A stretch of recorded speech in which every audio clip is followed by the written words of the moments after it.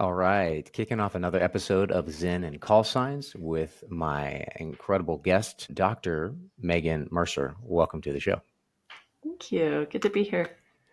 Well, we go back a little ways because you are cousins with my wife, Kelly, and you guys grew up together. So you guys have known each other almost your entire lives. So coming up on 40 years. So I think that's an interesting connection. And of my interviews have started out with basically connections of my wife's, mostly, which I think is incredible. But if you would kick it off without further ado of a little bit about you, your background, and we'll start from there. Awesome. All right. Well, yeah, I grew up very Christian in Southern Orange County, California. And I was sort of a super Christian. I was like, I'm going to be the best at this.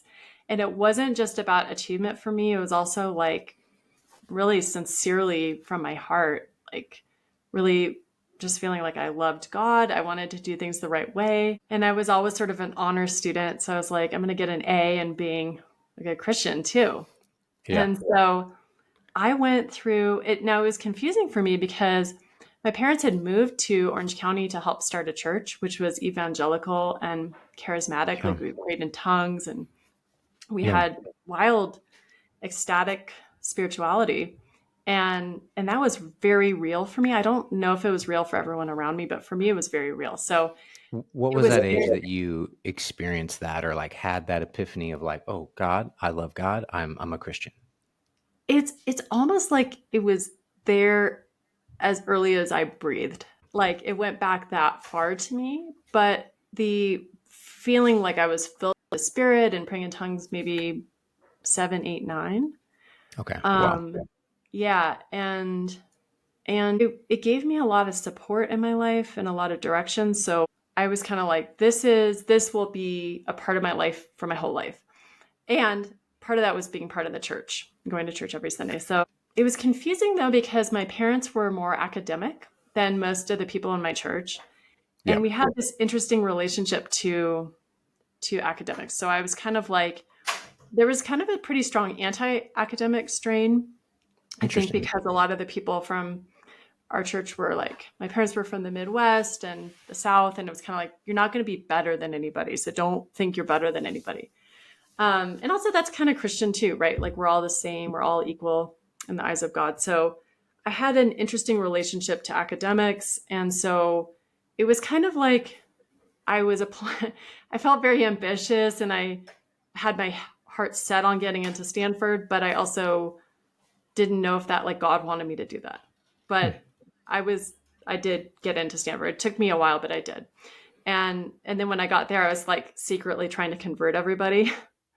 And I was also learning how to I consider myself neurodivergent. I think I'm on the spectrum and I have Yeah. ADHD. Um so I was already good at masking. So I was just like I would pretend to be like liberal and not crazy Christian, but I was. And I was secretly trying to get everyone saved. So I Well, was what's really is that? Yeah. So I think that's interesting because it's always like that juxtaposition of being evangelical or thinking that way and then academia, where they're like they sometimes don't mesh well. And so where did you first encounter that the shrouding kind of what you are did it start at like church early or did that kind of come later? It's a good question. I think I was very nerdy going into high school. Yeah. And then about midway through high school, I was like, I am tired of being nerdy and I am going to be cool. And I didn't know what I was doing, but I was choosing to mask my neurodivergence. Yeah. And I kind of figured out how to do that. So that was the start of the hiding, I think. And then it all only built on there. I'd like for you to share kind of a little bit about that neurodivergent. So it's pretty new, in my opinion, for most people in like the collective consciousness or just in academia, wherever. So can you share maybe the broader cross section of what that means? For sure. Yeah. And I'm still learning and I'm sure I'm making mistakes in the way I talk about it because I know for people with like profound autistic traits, for someone like me who is low, I think it's called low support. Like I don't need a ton of support in the world. Right.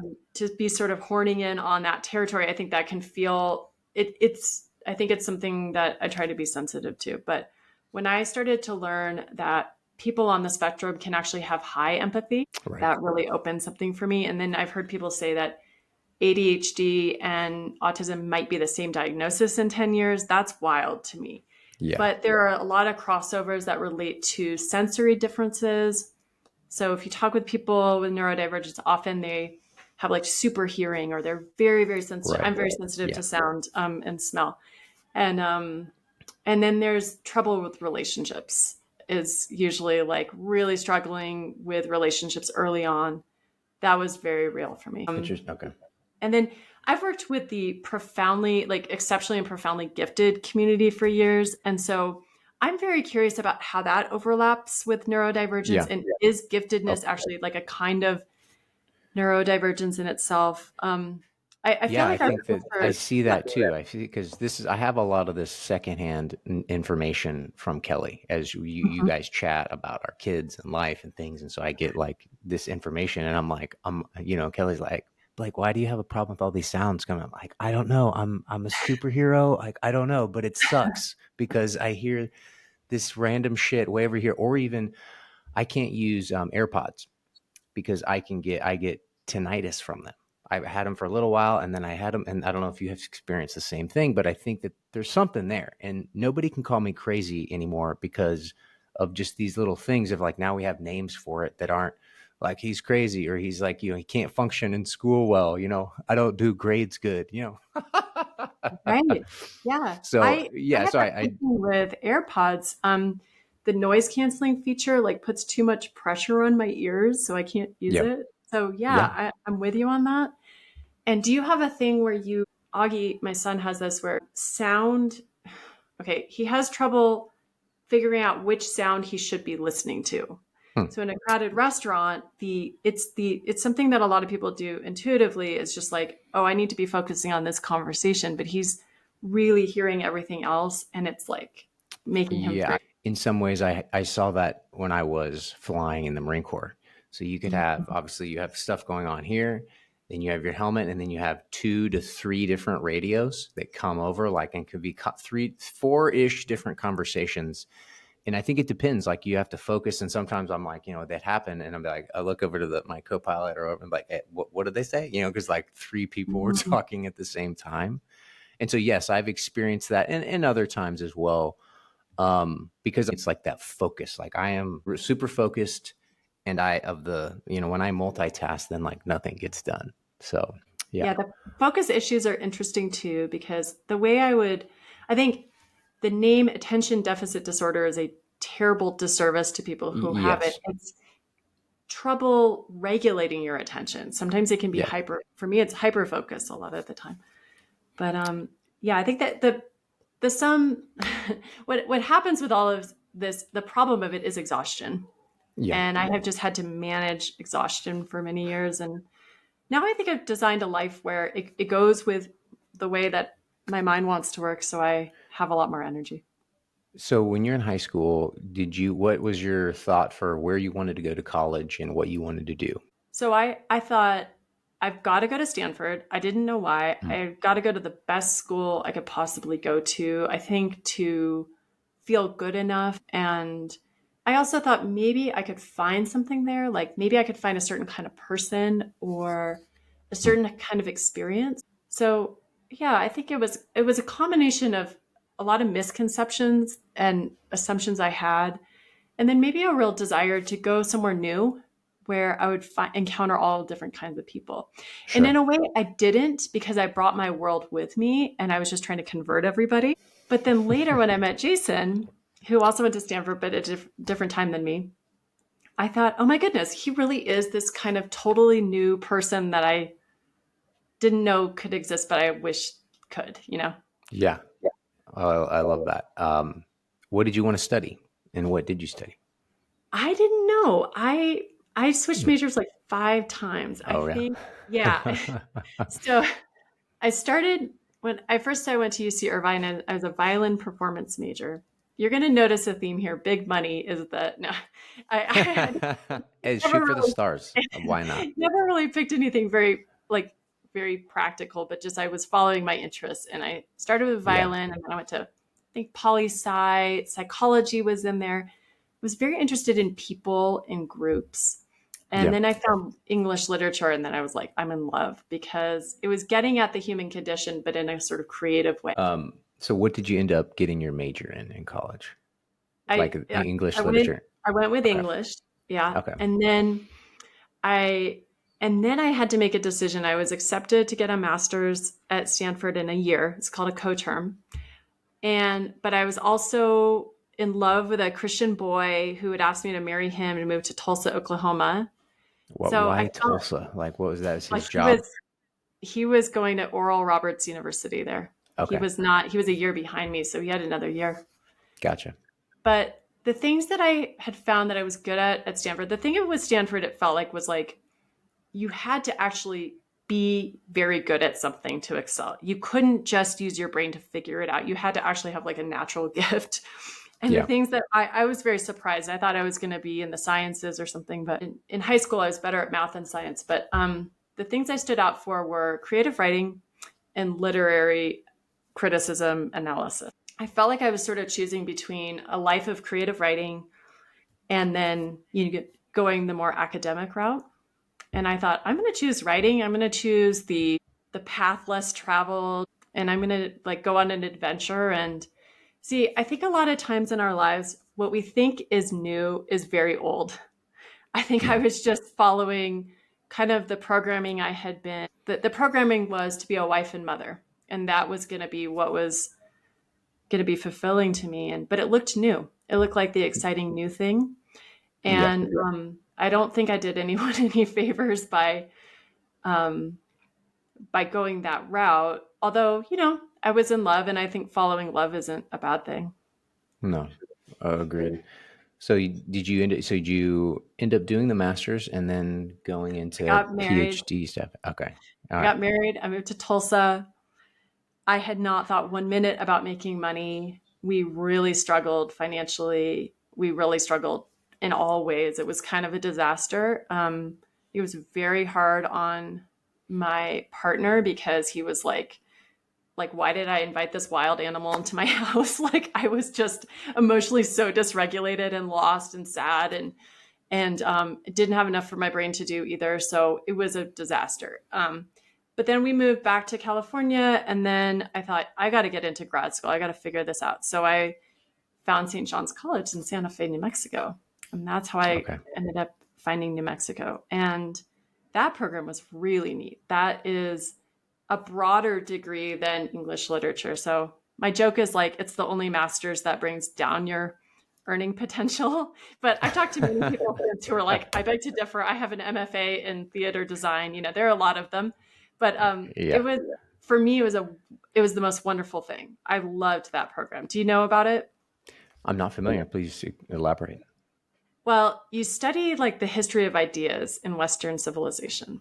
Hmm. And so they take you through like really old texts, like we read Galileo and Plato and Euclid, and you don't just study literature or philosophy, you also study political philosophy and math and science, and it's all about like the original texts on which our culture is founded. And they also have you can read the Eastern classics as well.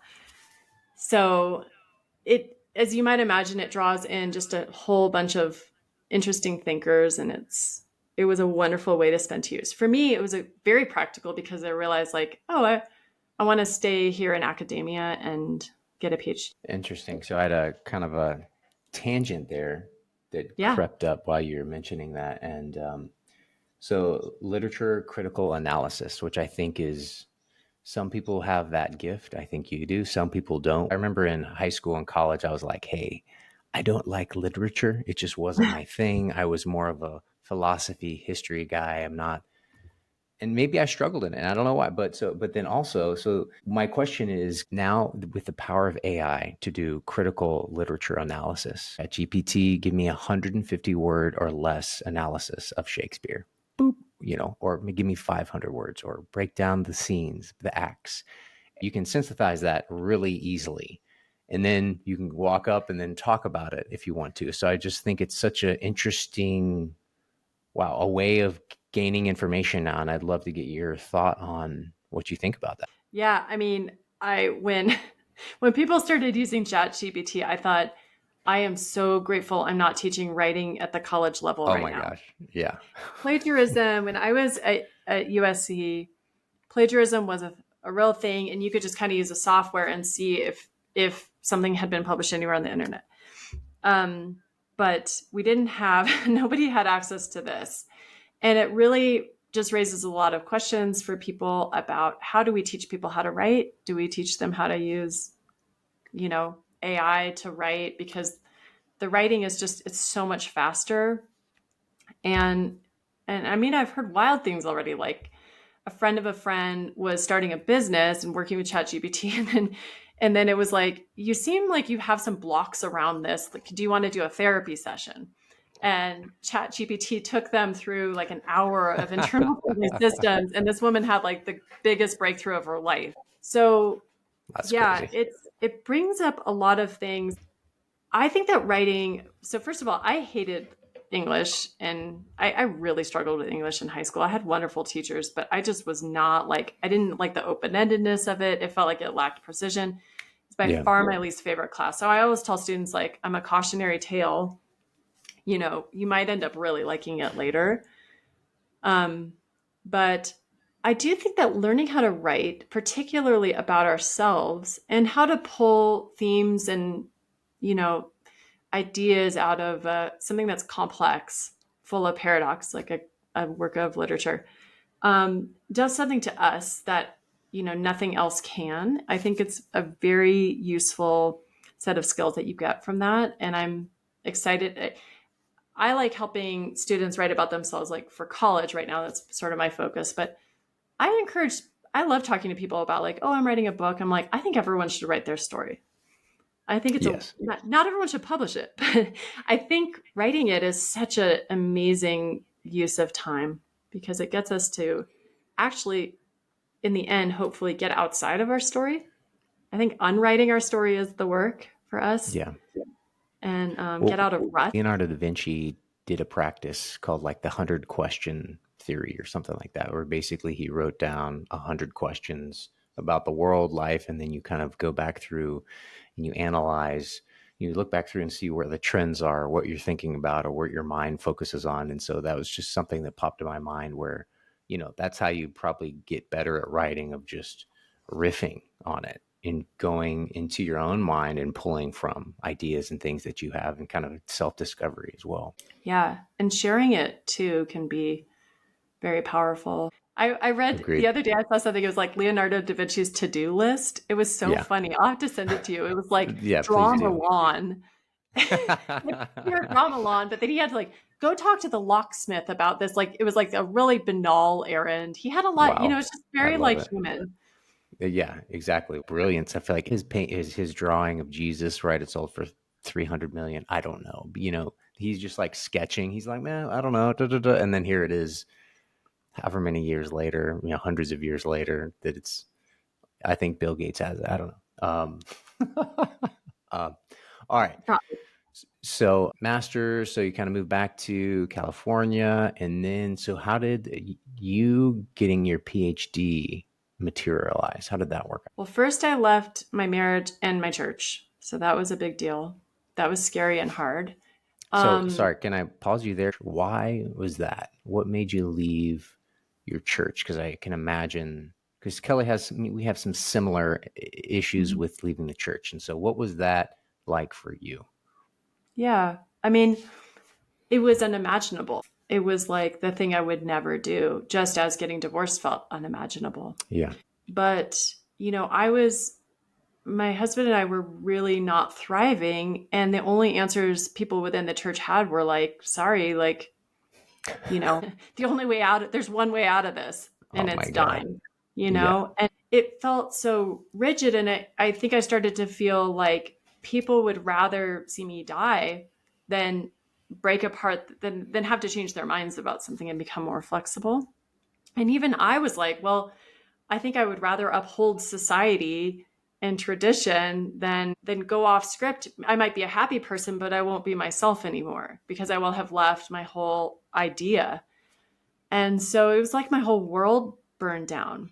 And Mm. I'm a very loyal person. It was hard because I think people felt I was abandoning them or giving up or I didn't care anymore. It was kind of the opposite, actually.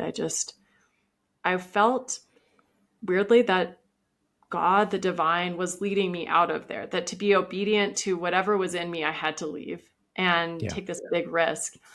And yeah, I think that was the first time. But I think in a good life, we do this a lot where we, that there's this concept, I think, in AA where you jump and you have to trust that a future self will catch you.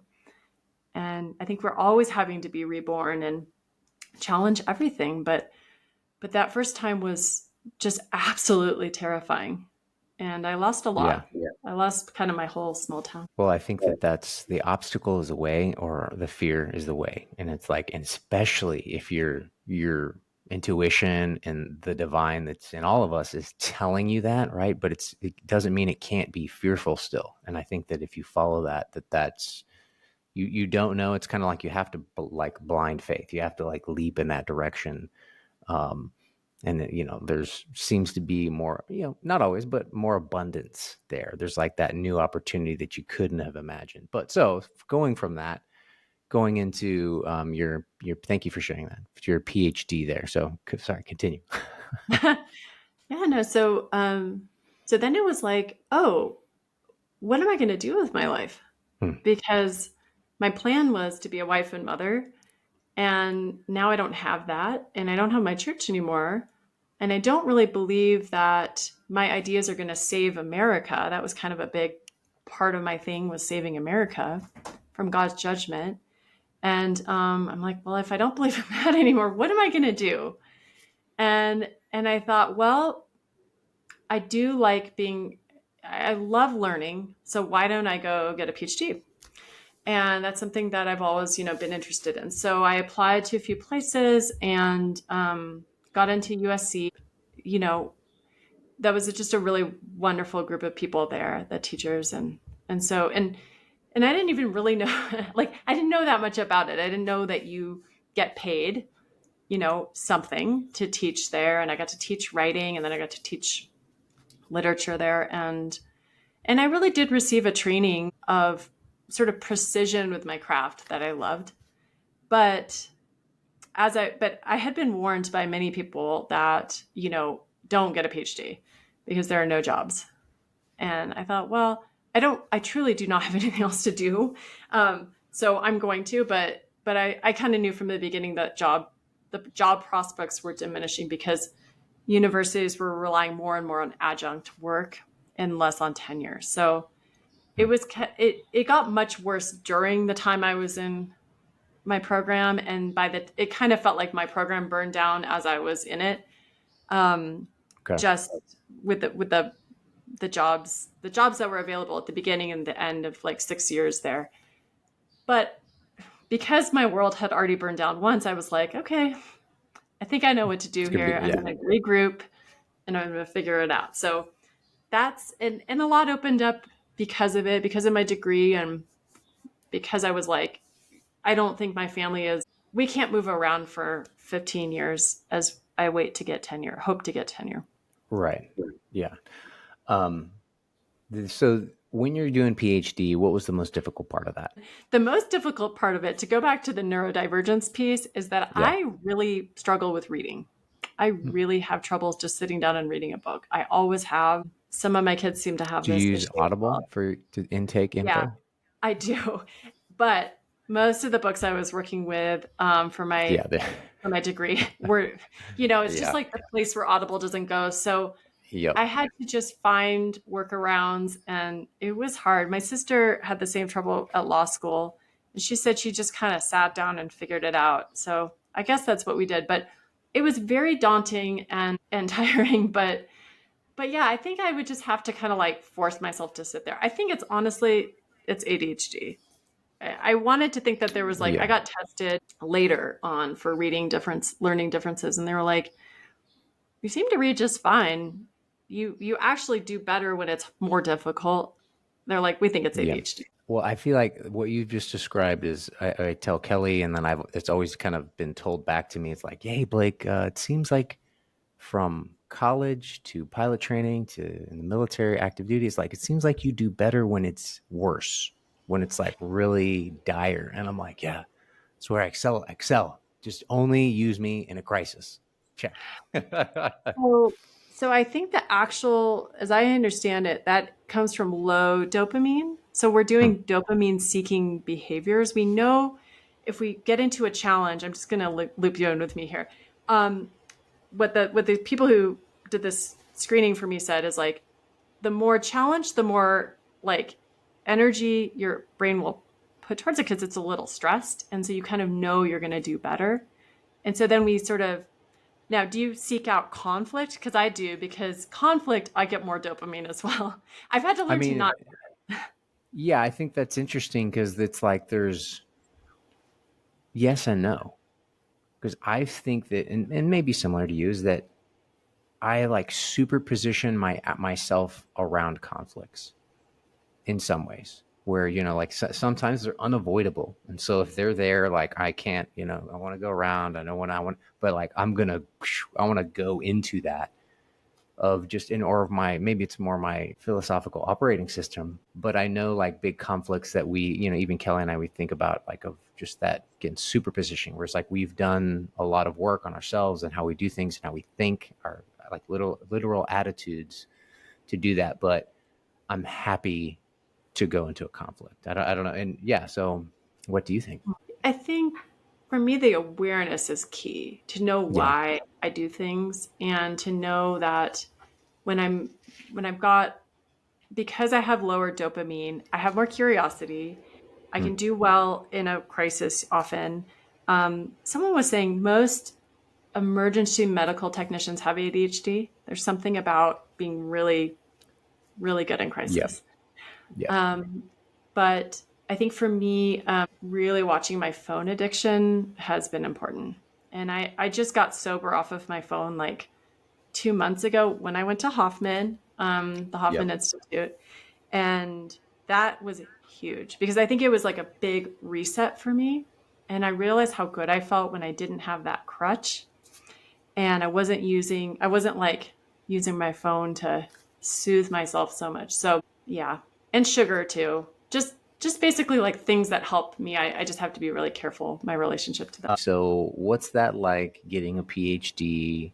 And kind of, I feel like and when you do that, it's kind of in exactly what you want to do to some degree. That's kind of like I saw, hey, I want to do a PhD. This is what I like. I'm going to write a thesis and some details on it. So just finish off the PhD. And then I don't know, when did you meet? And then maybe in meeting Jason, or where does that happen? Yeah. So I met Jason right at the beginning of my program at USC. And and so really basically the 6 years when I was doing that were dating Jason, getting engaged, getting married, having a kid, and then graduating. So I went through so much during that time. And it is really an amazing thing to get to follow your interests and wherever they lead. I got to take this really cool seminar at the Huntington Library on like Renaissance handwriting. I ended up studying the Renaissance in England and Shakespeare. And someone said very wisely, like, you're kind of always writing the same paper your whole life. Mm. You look back and your curiosity, there's sort of a theme usually to your whole life. And mine has been neurodivergence and giftedness. I Huh. am so fascinated by it. Mm. And I actually didn't know I was writing that, but I was writing about gifted boys, Shakespeare, Marlowe, Spencer, and their struggles, their emotional struggles, and how that came out in their literature. I've always been very fascinated by the emotional piece, the emotional regulation piece of neurodivergence and giftedness and where they all overlap. So yeah, that was really, really cool. I Yeah. gotta say. I mean, these top universities, there's a lot of problems there, but the feast of learning, this idea like you just really run with your curiosity is really special. Okay. So you just like to study pre superheroes. I feel like that's what that is in some way. Because I feel like Well, there's a, yeah, go ahead. no, what were you going to say? I think that there's some correlation to like the collective consciousness and what they think, and the fact that you're studying giftedness. And how do you, because again, I love sci-fi. So if I was a literature guy, I would be writing, I would love to be like Frank Herbert Jr., basically Dune. Mm, Maybe you know that too. It's like I love that guy, the books, the ideas. And also because kind of circling back around, I was like, talk about giftedness. Kelly and you have, and you've always, you share some really deep, thoughtful gifts of like loyalty and love. And like Kelly, as you just described, it's like, when did when did you become a born again Christian? Everybody's got their story. And Kelly and you are like, well, I've always had this. And I've felt similarly where I was like, should I go up and become saved? Because I never did that thing. I've always kind of operated that way. And, what was I full of sin? Do I have to like repent now? And so I feel like mm, that you and Kelly are like Benny Jesuits. And if mm. you've read the book, if anybody's, so where you have this power, you have this gift, you have these abilities and this connection to source and that female energy. And I feel like then you're seeing it, and then you're writing about, and well, you're seeing it displayed throughout history in the world of like these special people, especially if they can write well, because I feel like that's such a, what a gift to be able to write like Shakespeare and some of these other guys, to share these nuanced emotions and feelings and thoughts. I think that's like, how do you describe that? How is that blossoming in the world? Because I feel like it wants to tamp it down. Our society wants to tamp it down because you're different. So you're like set aside. You don't fit in the, how to be a factory worker school system, if you will. When you're neurodivergent or gifted or like different, or you see things different, and you don't fit in that square peg. So I just think that you're writing again what I see too of writing about it, and I love that. So can tell us about that, like your thesis then. Oh, well, you're really helping me. Thank you for sharing. Like, you're helping me understand my interests a little bit better, which is, it's almost like protecting sensitivity, Right. um, and understanding it. And I think, like the high arts, this was something that my parents did give me really early on, was just like a really deep respect for the arts, and like not just the arts that we enjoy, but like the arts that are more difficult, like John Cage, like, 4 minutes of silence, things like that. We're Yeah. just like things that challenge us, things that provoke us. And so, yeah, in the Renaissance, I think you see this flowering of nuance, and like really, in a way that was really exciting and felt really new to everybody. So looking at kind of ancient texts, scriptures, and again, how as you were describing earlier, the basis of our civilization, do you find any paradox in those that which you've read and with present day? You mean like sacred texts, like the Bible? Yeah. Oh, yeah. Bible, the Gita, anything like that. Oh, yeah. I mean, I really struggled when I was coming out of the church to what was I going to do with the Bible, because Mm, everyone was told to read it every day, but I actually did. I mean, I think I read through it 4 or 5 times from cover to cover. yeah. So, and a lot of times I thought, I don't think everyone else is reading this, No, they're or not. like, or grappling it with it, or trying to make sense of it. I read through it in my 20s, and what really stood out to me was, don't be afraid and take care of the poor. Those were messages that I felt were very, very consistent throughout. So, yeah, and now, I mean, my kids do not read the Bible. And from a literature perspective, I feel like, geez, they really, I mean, if you want to do something in English literature, it really helps to know the Bible well and Greek mythology. So, but I know it like in my bones. And so I catch a lot. That was like my spooky gift in my literature program, is like I could pick up every reference in the Renaissance, Yeah. like Wow. Yeah. that a lot of times, those who hadn't read it 5 times or every day of their life had. So yeah, it is full of paradox. I think the way I look at it now is this idea of, when I first met my husband Jason, he was into all these. He was an atheist. He said. He turns out he wasn't really, but he was definitely not. He had come from the South and kind of cultural Christianity, and he didn't want any of that. And he also thought Christians were very hypocritical. And so, but he was interested in things like the evolution of God, that basically our idea of God evolves along with us. And I thought, that is the most sacrilegious thing I have ever heard. And now I would say I'm kind of there. I think Yeah. we don't, that idea, like we don't see the world as it is, we see it as we are. I think that's true of our God as well. And so, the God of the Bible, there's a lot of violence there. There's a lot going on. There's a lot of misogyny. And there's also things that are coming out, like particularly the figure of Jesus is like really interesting to me. Yeah. So yeah, I mean, what about you? What do you make of the Bible now? Um, well, I went to a, Christian high school, middle school for a little bit, so I had some like background. I've always went to church. I grew up Anglican Catholic. My grandfather was like a server, so I was up there with him. I was super integrated into the church, and it was a really good experience for me. So my grandfather, I grew up with him as my mentor, my other dad, and so I had a great experience in the Anglican Catholic Church in Orlando. Then we moved to the Panhandle, Florida. It's a little bit of church, a little different.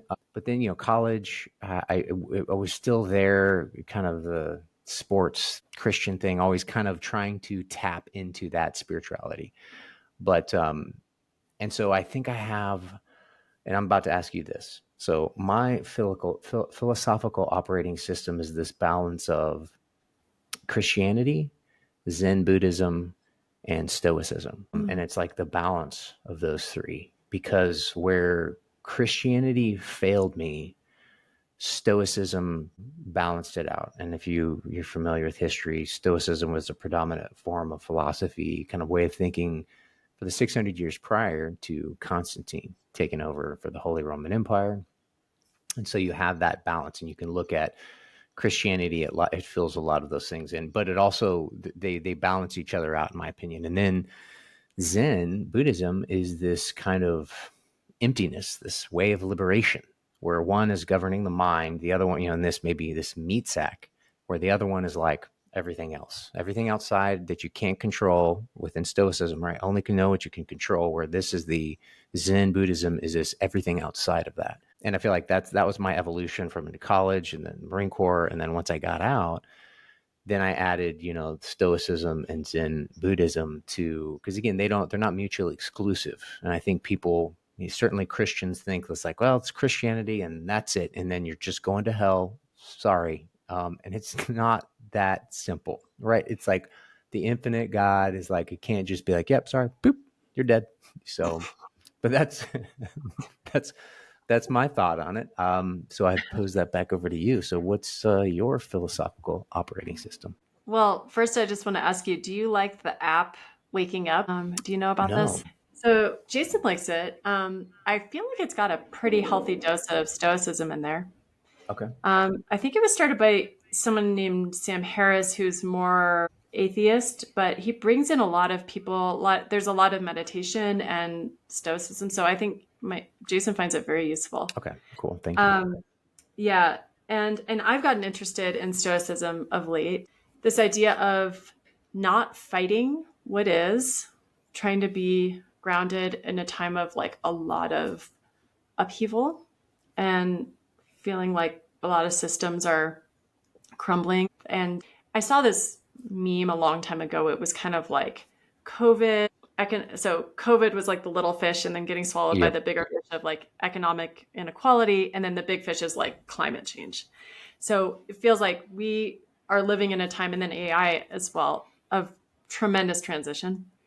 So I'm very curious about what can keep us grounded. Yeah. For me, I consider my teacher a woman named Cynthia Bourgeau, who is she's a Christian mystic.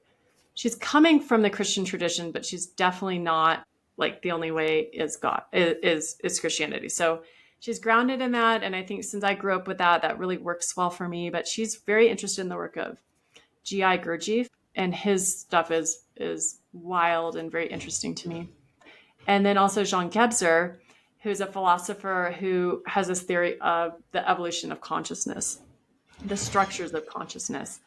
And so I guess I would say somewhere in like Christian mysticism, wisdom work is Okay. where I found my home, and a framework that's big enough for all the things I'm trying to make sense of. Well, that's similar to Kelly, and Kelly's, probably opened my eyes up to Christianity even more, just like the broader, not even Christianity, but like Jesus, the Bible, the parables, all of these analogies, because I feel like she had to figure it out at a young age and kind of describing what she had in a similar way of like, and then shrouding it, the things she was seeing and doing. But so often in Catholic Christianity, where someone is like persecuted almost to death or many times to death, and then for whatever they're seeing, their gift, their prescience, whatever it is.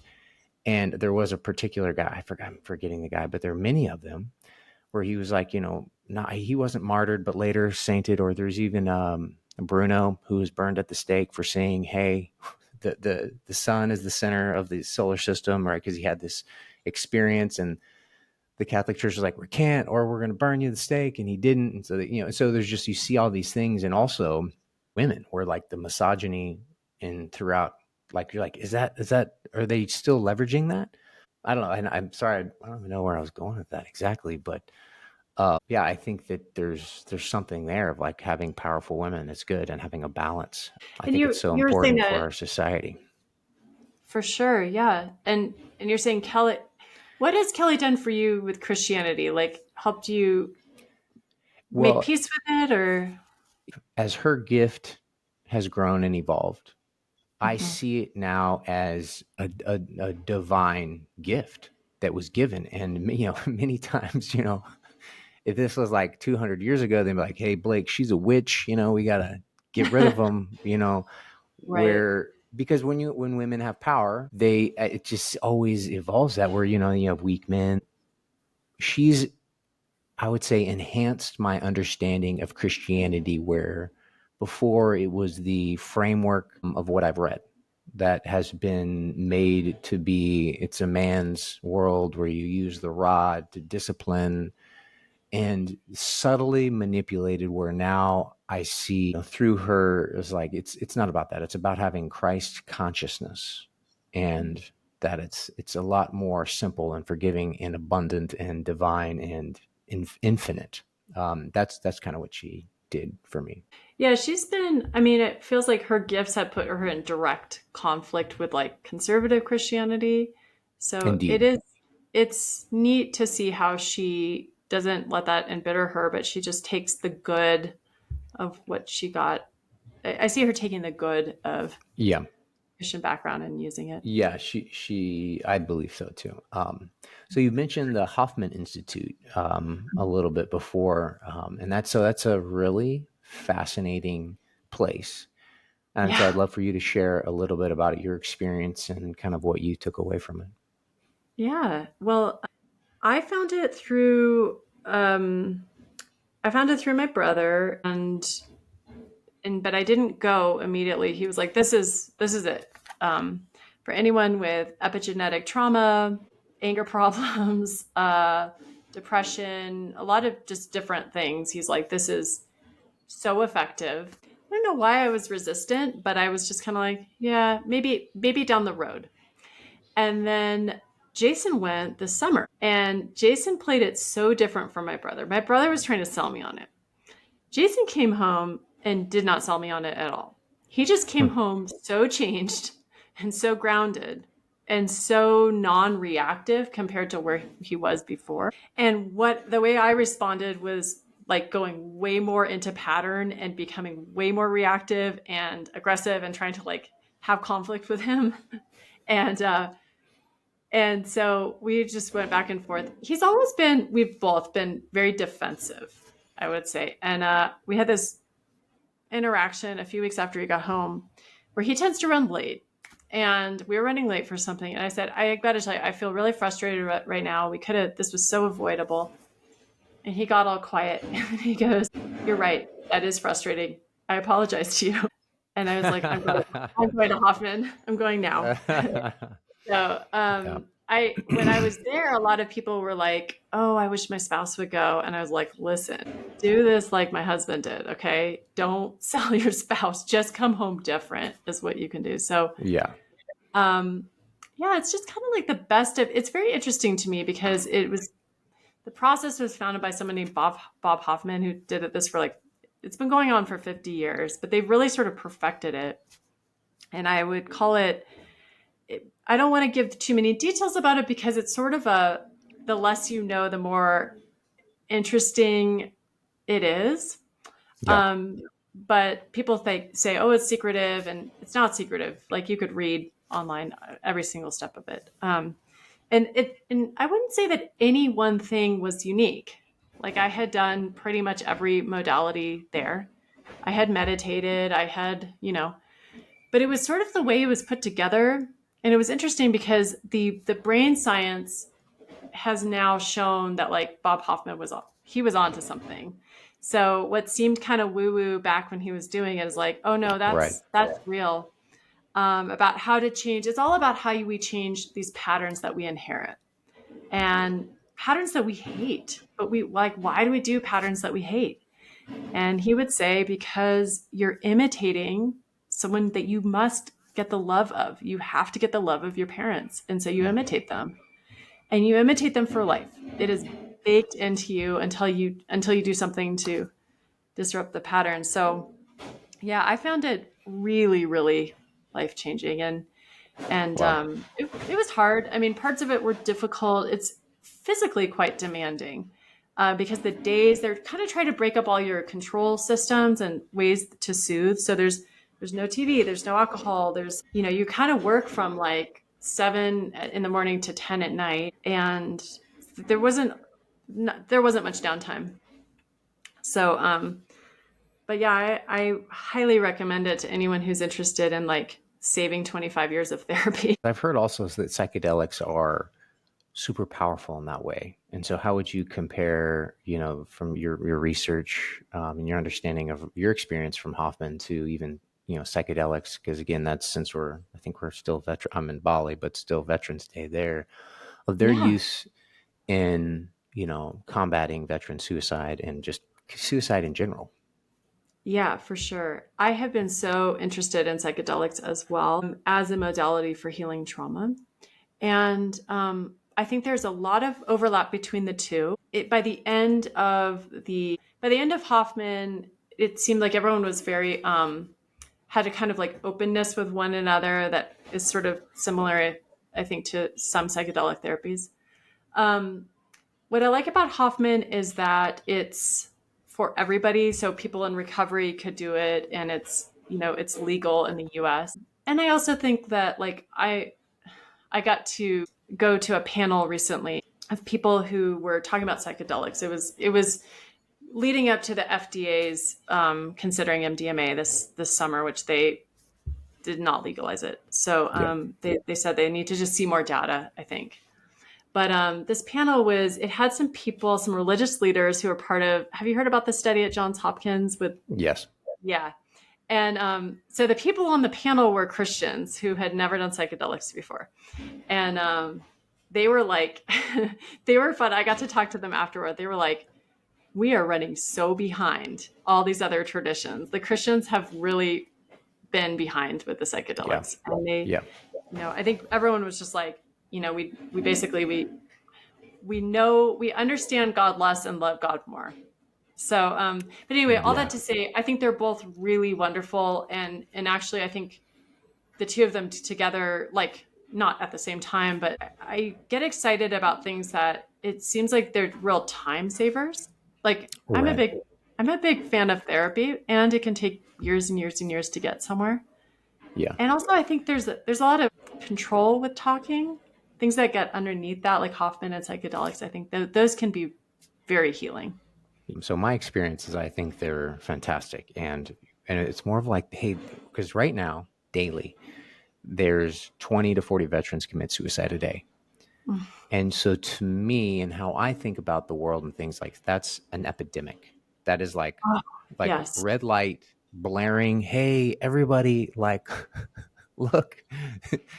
And in the VA, it's almost it's insane because the VA just like on social media, they're like, we're helping people, but veterans, and like this, like it's like a robot, and it's like, guys, 30 veterans committed suicide yesterday, 30 gonna get in, and I'm like, hey, there is a solution that probably because I did look at that MDMA study, and it's fascinating how well it worked and almost the insanity of what the people sitting on the panel or however worded and how they said things. I thought it was just insane.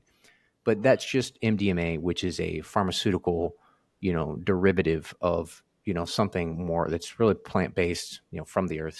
So my experience from my own experiences and then from my family's experiences to see people struggling with like, hey, think I'm going to take my own life to like, okay, I'm not going to take my life. I'm pretty happy with my family right now within whoop, one day. And you're like, let's use that because right Yes. now it's an epidemic. And so it's just to see the constant, I don't like turning a blind eye to the problem. And so, which is insane to me. It truly defies reason because Right.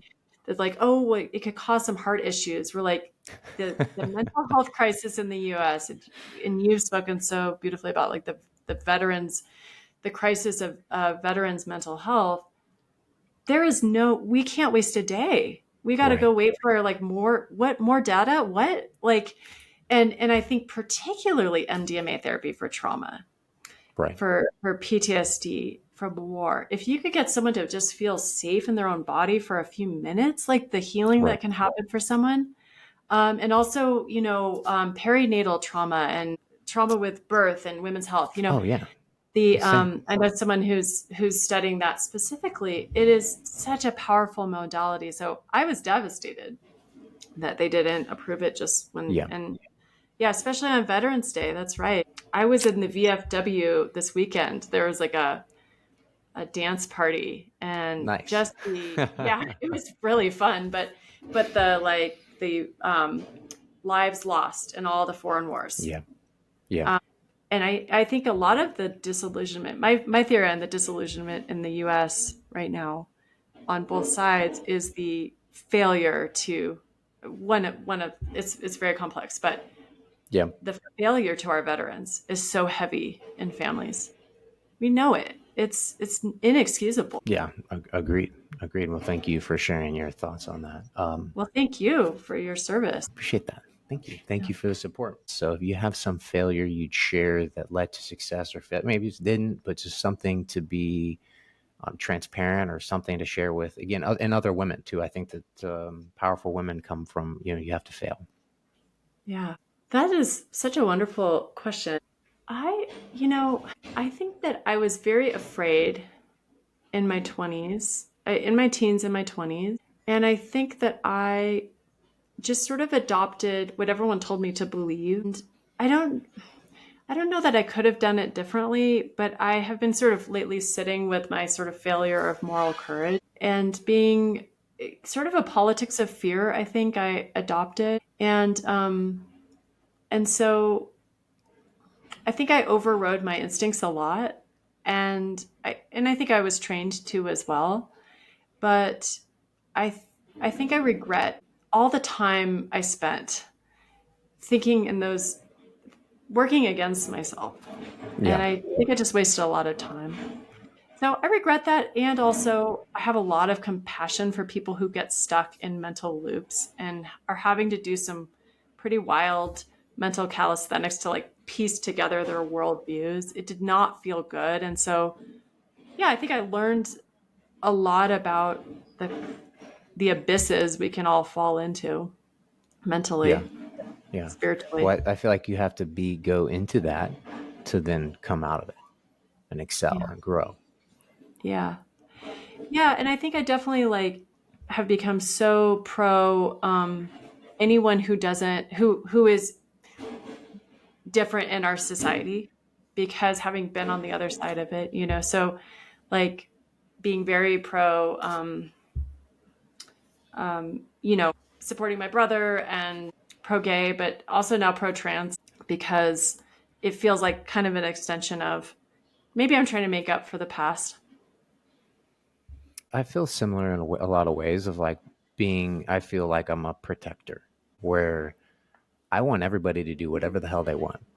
Yeah. It doesn't, don't infringe on my stuff, my family, but, and I'm happy for that because I think that's the ultimate expression of your soul, like of just like the expression of that. Because if you start tamping that down, then where's the line then? What do you then allow? And then what do you not allow? And I think it's maybe a bigger philosophical existential question, but it's there. There's a really interesting book that I've been talking about a lot lately called American Nations. It came out in 2011. It's about the 11 different Americas inside America, Hmm, culturally. interesting. And in the map, if you just look at the map, it's wild. I mean, it's really interesting how it's all mapped out. But New Netherlands, is it New Netherlands or New Amsterdam? It's basically the New York area, Yeah. is its own specific culture, and it's very Dutch. The idea is if I can do business with you, we're okay. And it Okay. becomes the most accepting of difference of any of the cultures in the US. Extreme diversity, Interesting. which is Wow. beautiful. Yeah. Interesting. I love that. Cool. Thank you for answering that. That's good. All right. Next is kind of what atomic habits do you have in your life that you do? And I think you mentioned a few of kind of like weaning off social media, phone. I get it. I'm on that. So if you could share some of those tools you use, what you do, because obviously you have kids as well. So it's a lot going on. Your mom of you have four, three, four, Three. three. So, and then your youngest is how old? She's 7. 7. Yeah. So just a lot of stuff going on. So Yeah. what things do you do to manage all that? Or tools do you have? Yeah. Well, thank you for asking. I have naturally been very dysregulated my whole life. So it's taken me a long time to come up with a rhythm, and I really prize my rhythm. So I think like getting enough sleep and keeping it pretty regular is key for me. And some of my new hacks around that are I just started taping my mouth. Have you heard about this? Yep. It's yeah, I just did this the last few days. It's pretty great because I just feel like my quality of my sleep. I've gotten really into sleep. I have got my Aura ring Yep. and then exercise and walking by water. I love that. Really helps me Yeah. regulate. In meditation, I finally accepted that I need to have a meditation practice. I don't do it Yeah. every day, but I do sort of like, I've tried a few things, but lately I've been doing these sort of Gurdjieff meditation, mindfulness exercises, which are wonderful. Okay. Cool. All right. What is your superpower?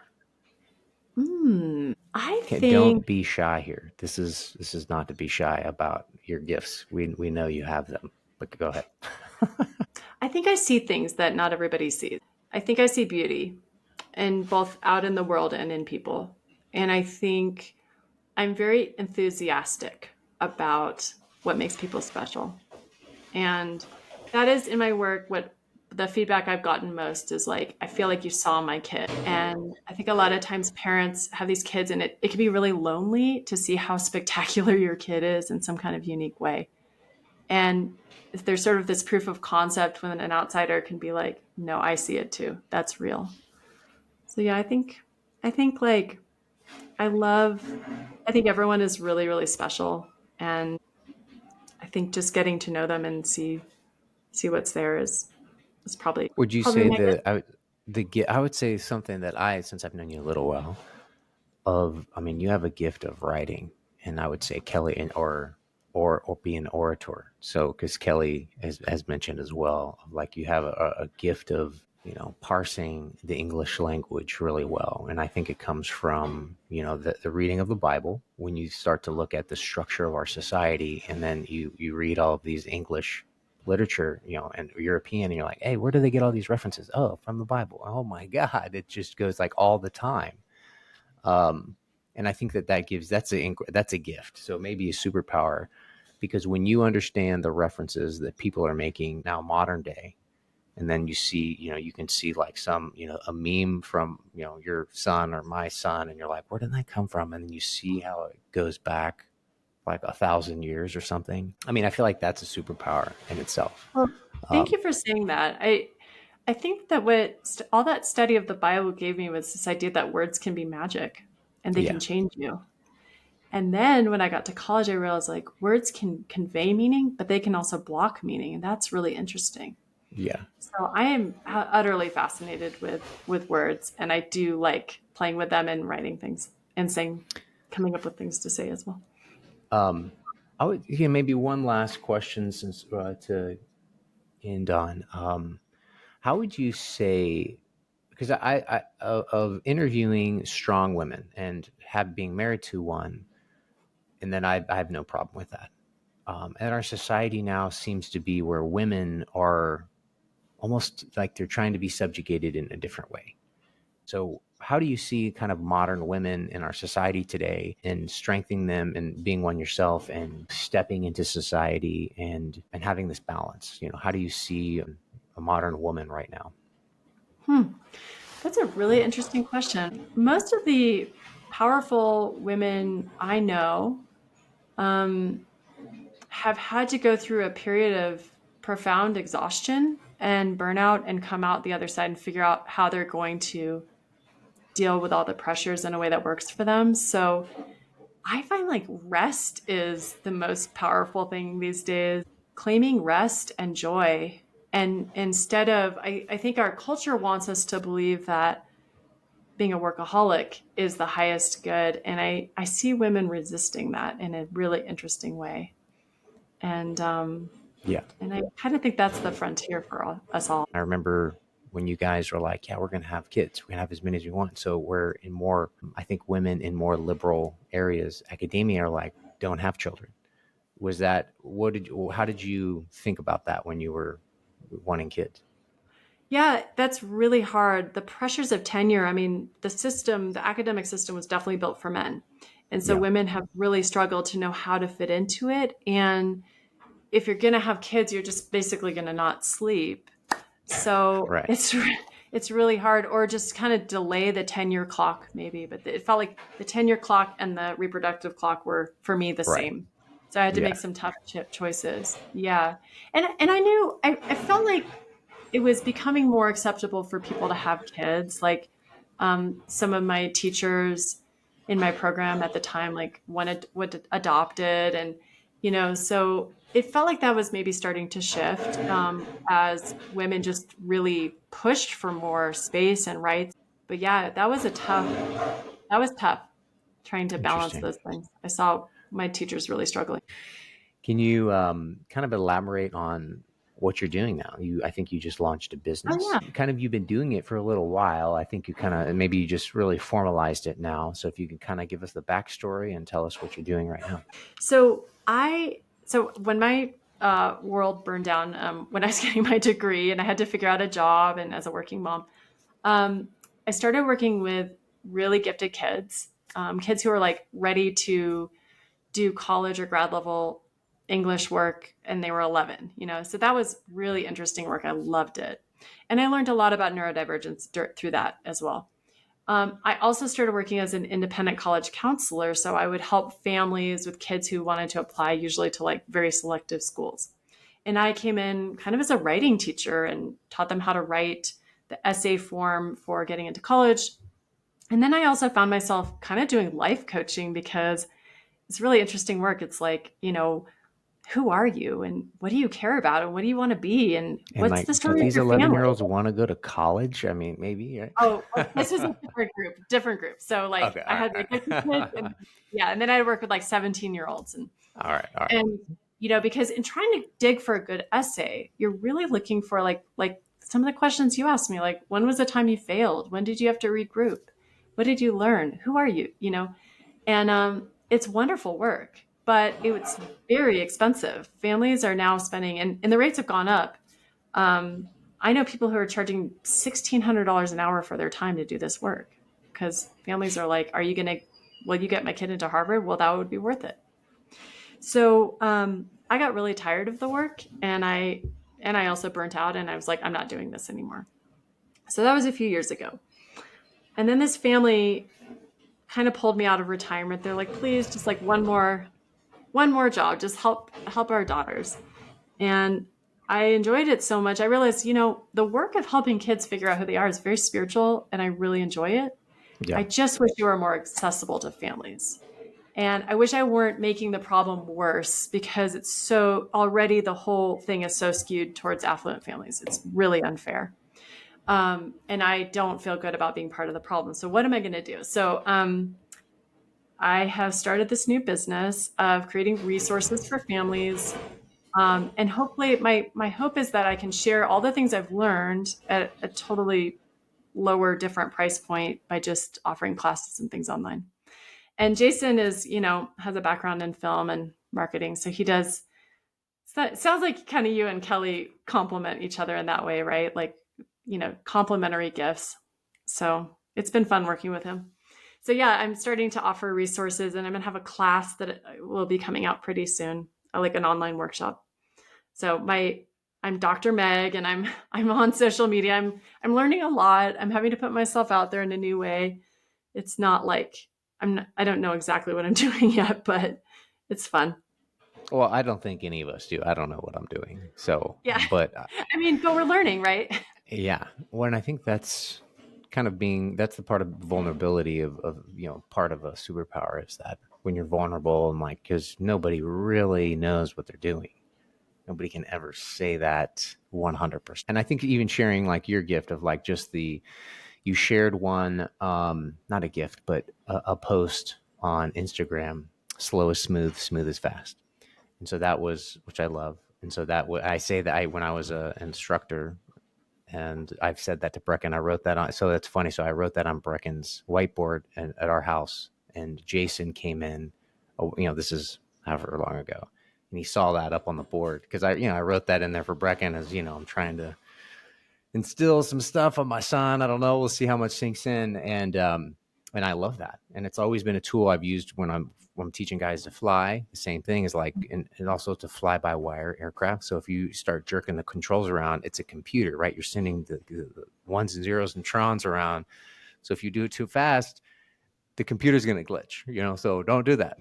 And I love that because it's useful even to what you're doing. So maybe give us that metadata behind that post that you shared. Well, yeah, I think we got that from your family and it's really stuck with us Well, because it's a seal.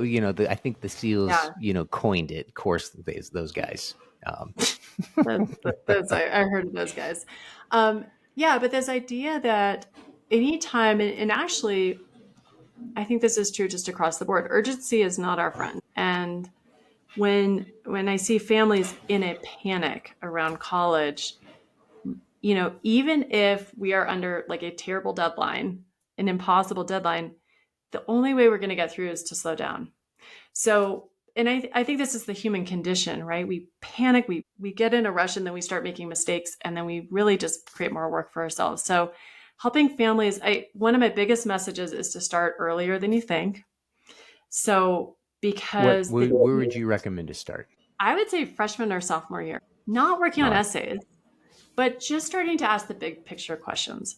got it. Who are you? What do you care about? What do you Right. want to do?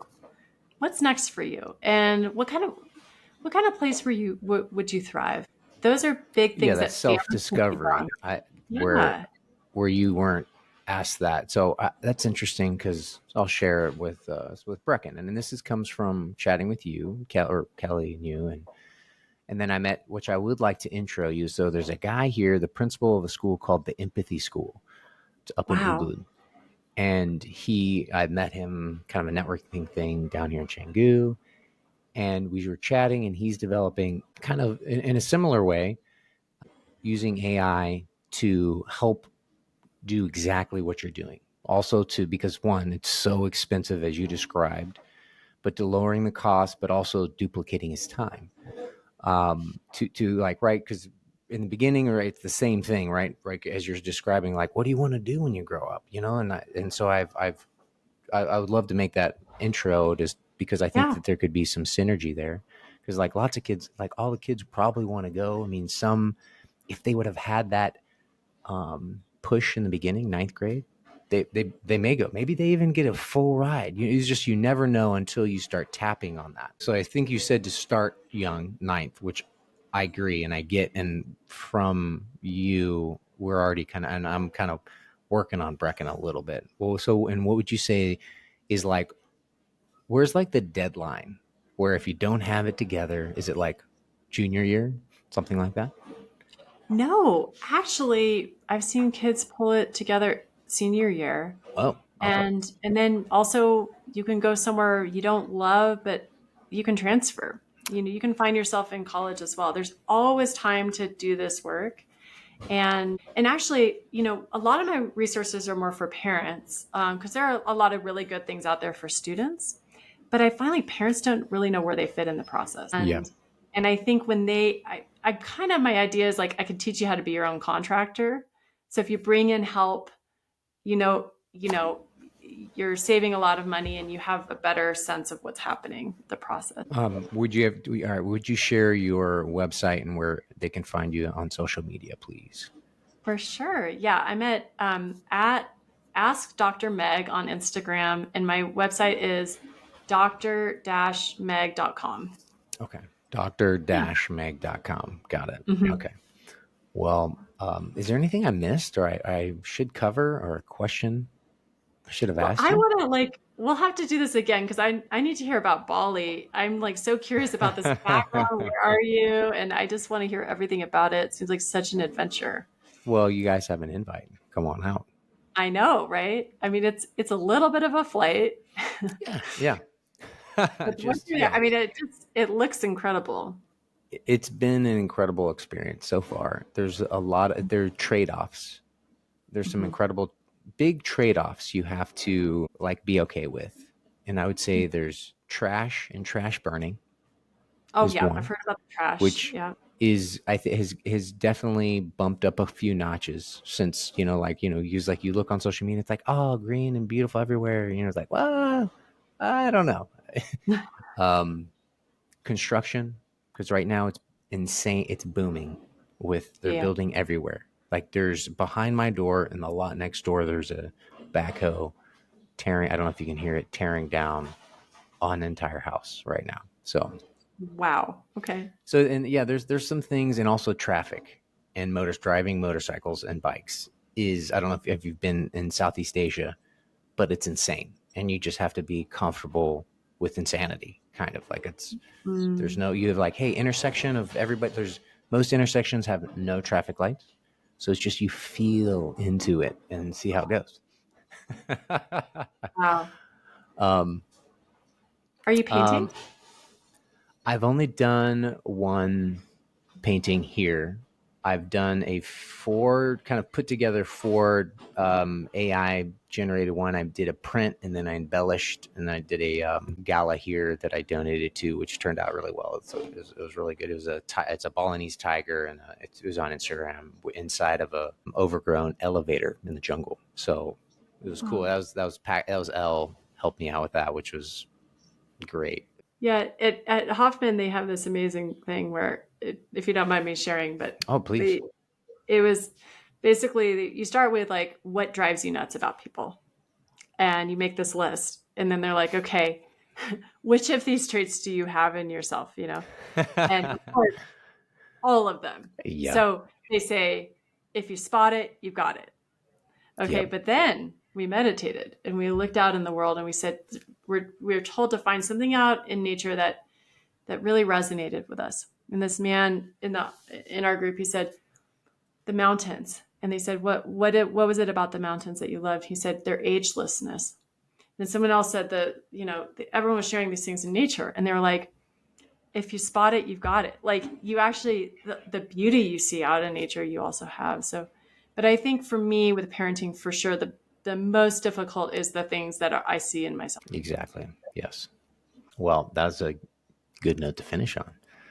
Thank you so much for your time, Megan. It's been great. I'd love to do it again. So we'll get it on the calendar for one schedule, and then we do it first execution this Oh, I like it. time. Now that I got my mic I'm in my kidding. business. Yeah, Yeah. perfect. Well, cool. Thank you so much. I think Thank that's all I you. got. Have a great rest of your evening, and be in touch. We'll see you around. Okay, sounds great. Thanks.